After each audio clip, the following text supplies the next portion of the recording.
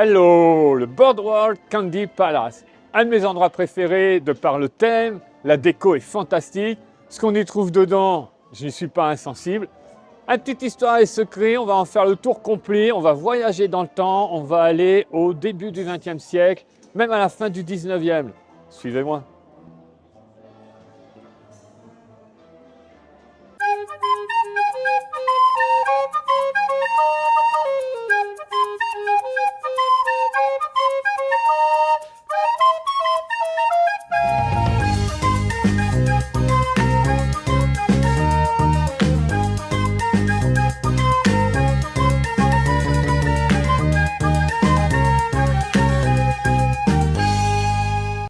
La façade que j'aime énormément, tout en haut, vous avez 1888. On m'a souvent posé la question, c'est quoi 1888? C'est pas la date de naissance de Walt, qu'est-ce que c'est ce 1888?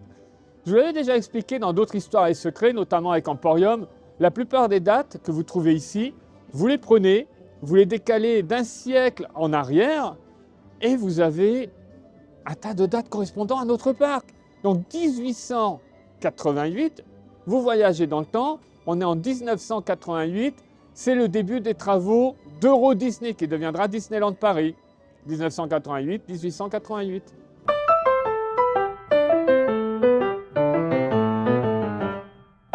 Juste en dessous, il y a Tilliou Building. C'est une autre BLG, Tilliou Building, Building BLG.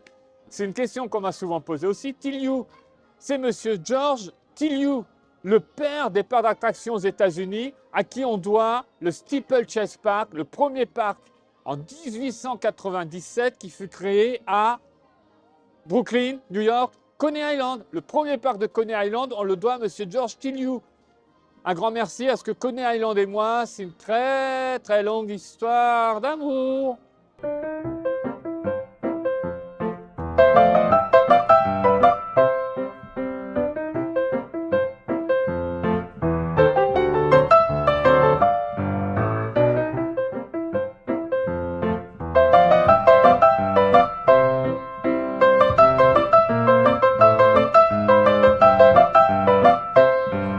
La Savannah Line, ce n'est pas une création pour Disneyland ou Euro Disney à l'époque. Elle a vraiment existé. Elle était basée à la ville de Savannah en Géorgie. Et il y avait des bateaux, des croisières. Donc celui-là, il va en Floride. Ah, la Floride. On va y aller, vous inquiétez pas, on va y aller. Pas cette année, mais on va y aller. Quand vous voyez les vidéos, peut-être qu'on y est déjà été. Il y avait des bateaux qui allaient jusqu'à New York, notamment sur toute la côte est. Donc New York, forcément, Coney Island, on retrouve George Tilliou, et surtout Atlantic City, dans le New Jersey, juste à côté. C'est l'histoire de cette boutique.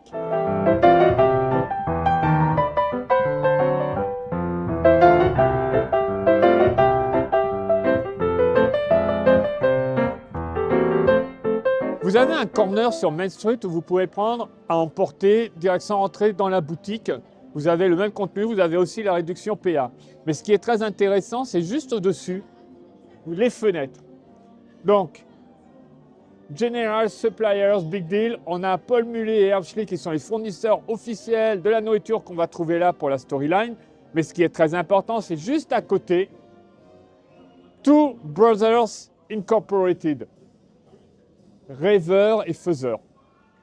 If we can dream it, we can do it. Cette phrase est attribuée à Walt Disney. Perso, je n'en ai pas trouvé trace. D'autres personnes qui ont traité le sujet par rapport à cette boutique non plus n'ont pas trouvé trace de cette phrase dite par Walt ou écrite par lui. Mais par contre, ce serait un dérivé d'une phrase de Tom Fitzgerald pour le Epcot, l'ouverture d'Epcot, le Epcot d'origine qu'il y avait. Juste à côté, on a les fameux deux frères, Roy Disney et Walt et Disney.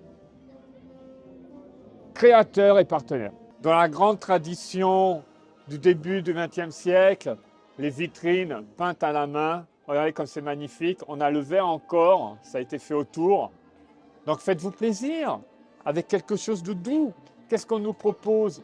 On a des caramels, on a des pralines, du fudge.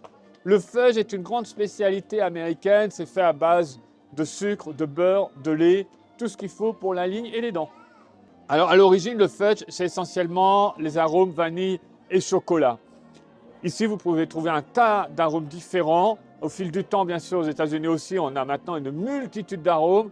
Et une grande spécialité très appréciée des anglo-saxons, le fameux chocolat menthe, un de mes favoris.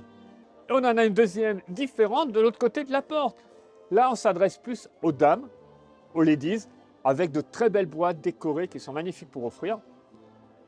Ils ne les ont pas malheureusement. Donc on a les bonbons, chocolat et les toffees, les Salt Water Toffees, spécialité d'Atlantic City. La légende veut un raz-de-marée.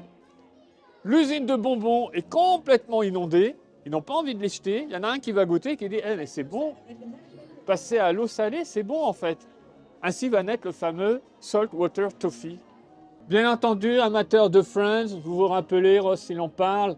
C'est pas fait avec de l'eau de mer, mais c'est avec de l'eau douce salée. C'est pas tout à fait la même chose. Mais la légende, voilà, ce qu'avait écrit, ce qu'avait fait dire John Ford dans un de ses films, quand la légende est plus belle que la réalité, on imprime la légende. L'homme qui tue à Liberty Valance.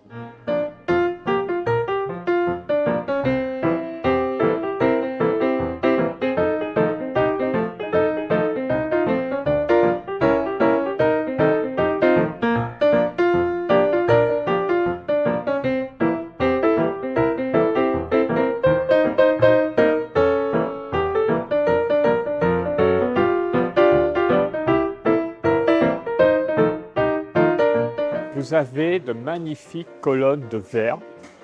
À l'intérieur, des bonbons en verre également. Tout a été rempli à la main. Vous avez malheureusement là, il n'est pas en mouvement, dommage.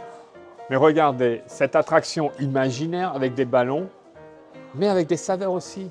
Vous avez nuts, noisettes, fudge, le fameux fudge, caramel et chocolat.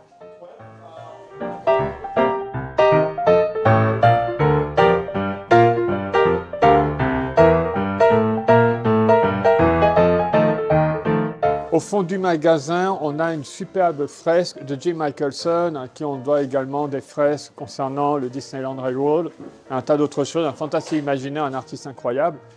Et cette fresque nous renvoie à Atlantic City. Donc le nom du magasin Boardwalk, donc c'est une jetée en fait qui va sur la mer, et c'est là où étaient construits les parcs d'attractions. Comme vous pouvez voir sur cette reproduction donc, du Steel Pier. Le Steel Pier, on est à Atlantic City et tenez-vous bien, il existe encore. Il est toujours présent ce parc d'attractions. On en a à différents endroits aux États-Unis.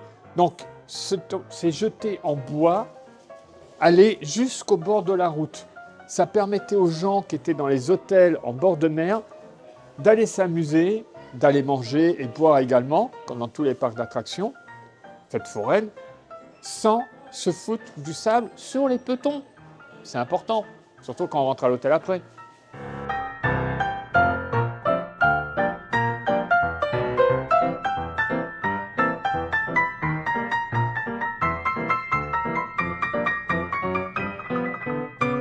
Alors je vous en parlais des Salt Water Taffy. Vous savez, raz-de-marée, l'eau de mer, en fait c'est de l'eau douce, salée, la légende.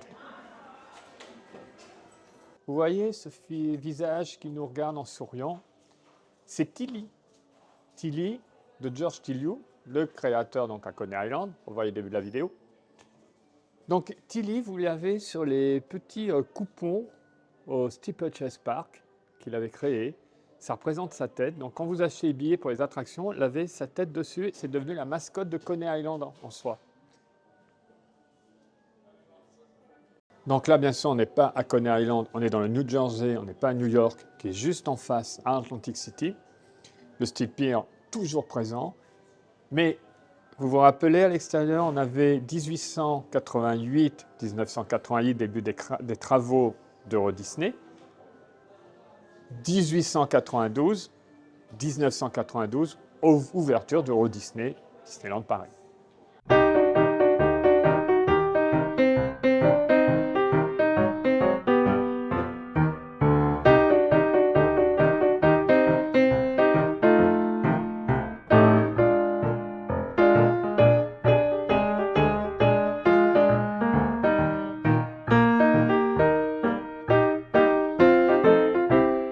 quelques personnalités couleur locale, mais surtout face à nous sur le ballon, on a George Tilyou avec sa date de naissance et de décès.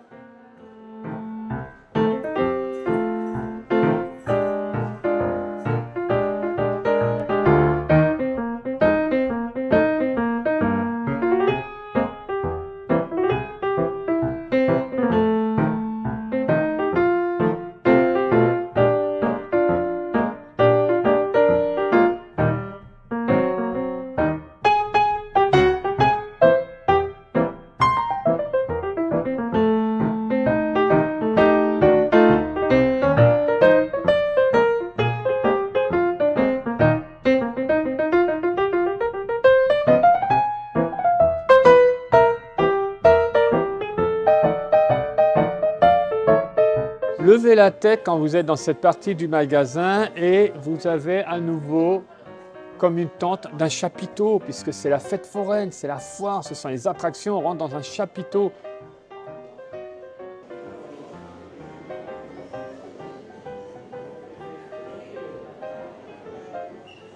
On connaissait les colonnes doriques, ioniques, corinthiennes, et à Disneyland Paris, on a les colonnes bonbons, gâteaux, un cupcake. Ce sont mes préférés, je crois.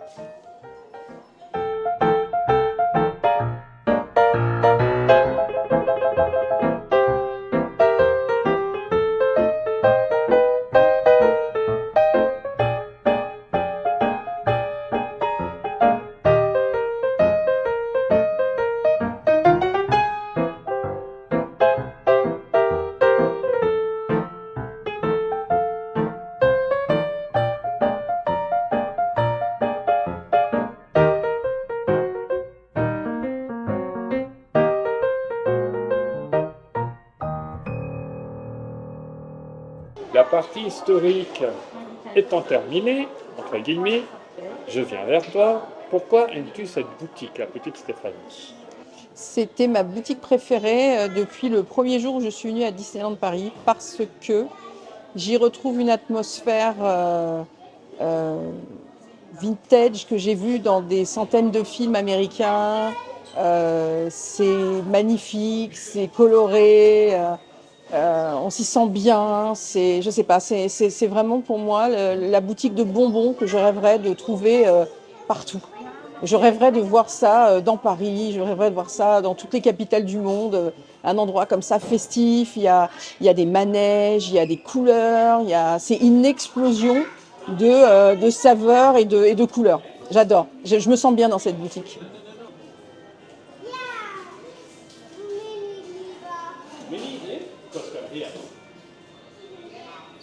Bon, étant donné que tu es la reine du merch, c'est peut-être un peu plus délicat à l'heure actuelle, mais au niveau gustatif, qu'est-ce que tu nous montres ici? Du sucre. Sors de cette boutique! L'ennemi. Sors! Dans cette boutique, vous trouvez surtout des bonbons, des gâteaux, des belles boîtes collector avec des gâteaux dedans et des bonbons, des snacks.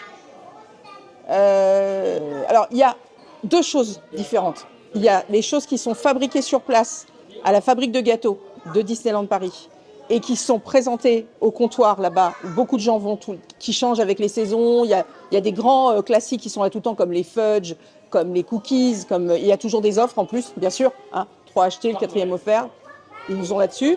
Et il y a, selon les saisons, différents types de gâteaux ou de sucreries qui sont présentés, et ça c'est super.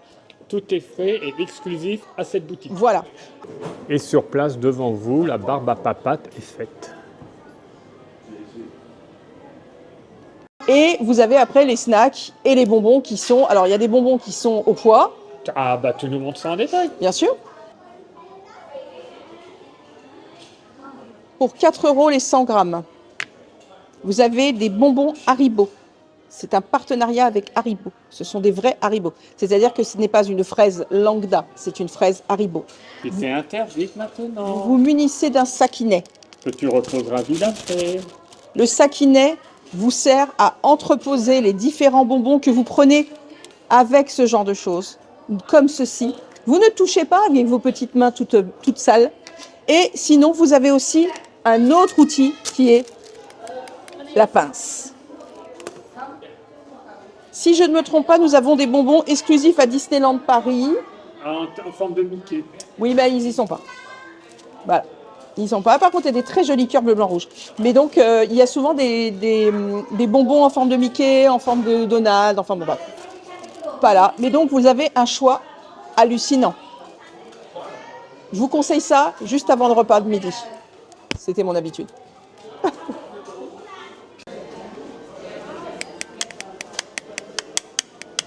Un bonbon cable, 5 plus 1 gratuit, avec différentes flavors.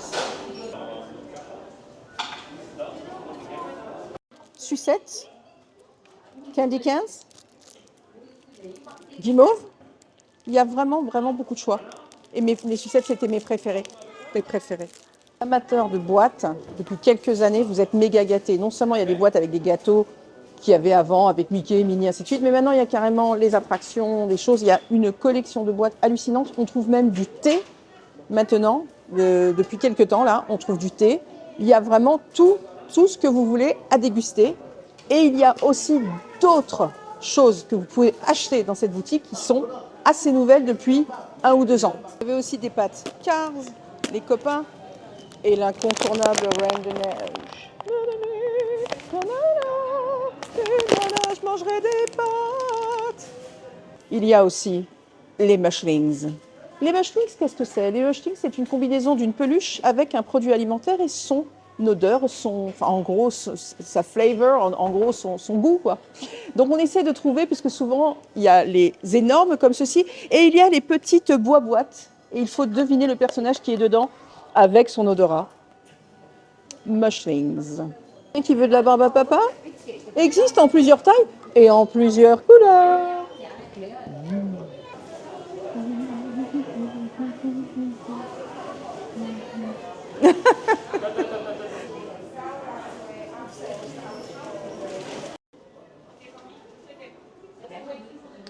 Et donc, bien sûr, on trouve maintenant des peluches, toujours en rapport avec la nourriture, puisque ça, c'est Stitch Eat Attack Snacks. Donc, tous les mois, nous avons un Stitch différent, avec une nourriture différente, qui correspond aussi à une collection de vêtements. Mais c'est très, très nouveau. Et aussi, de temps en temps, vous avez des petites oreilles bonbons, des petites oreilles cookies. Donc, c'est assez sympa. On retrouve dans les vidéos de merchandising, des crevettes.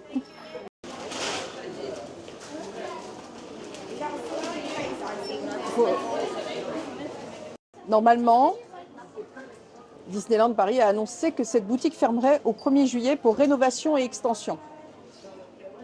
Alors, rénovation, pourquoi pas. Extension, ça me fait un petit peu peur. En général, quand ils rénovent un endroit ou qu'ils étendent un endroit, il y a une uniformisation des couleurs qui se fait. Des fois, il y a des endroits qui sont absolument magnifiques, qui sont un peu sacrifiés. Donc, j'ai un petit peu peur de cette rénovation. Surtout que la boutique avait été rénovée il n'y a pas si longtemps que ça. Fermée juste avant l'été, je ne sais pas si c'est un bon choix. Bon, c'est eux qui voient. Et ensuite, je pense que le problème, c'est vraiment le côté snack, où les gens viennent prendre à emporter, qui pose problème au niveau des queues. Il y a énormément de monde. En général, ça déborde jusqu'à dehors. Ça bloque complètement le magasin. Donc, est-ce que c'est ça qu'ils vont changer d'endroit? Et est-ce que les pâtisseries continueront à venir directement de Disneyland Paris, de la fabrique de pâtisserie, ou est-ce que maintenant on va tomber sur des produits qui seront manufacturés ailleurs et on va peut-être perdre la fraîcheur des produits? Ça m'inquiète aussi un petit peu, je vous l'avoue. Voilà, en tous les cas, elle va sur une extension, donc je ne sais pas où est-ce qu'ils vont se mettre en plus, ou peut-être manger un petit peu sur la boutique enfant. Je ne sais pas du tout, on verra ça. Mais donc, jusqu'au 1er juillet, normalement, vous pouvez venir y acheter vos bonbons ou vos snacks.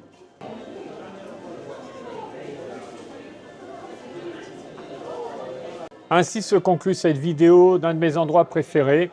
J'espère en effet qu'il ne va pas être sacrifié, transformé au sacrilège comme ils ont déjà pu le faire avec d'autres endroits au parc. Je ne vais pas revenir dessus, vous m'avez déjà entendu pousser les coups de gueule.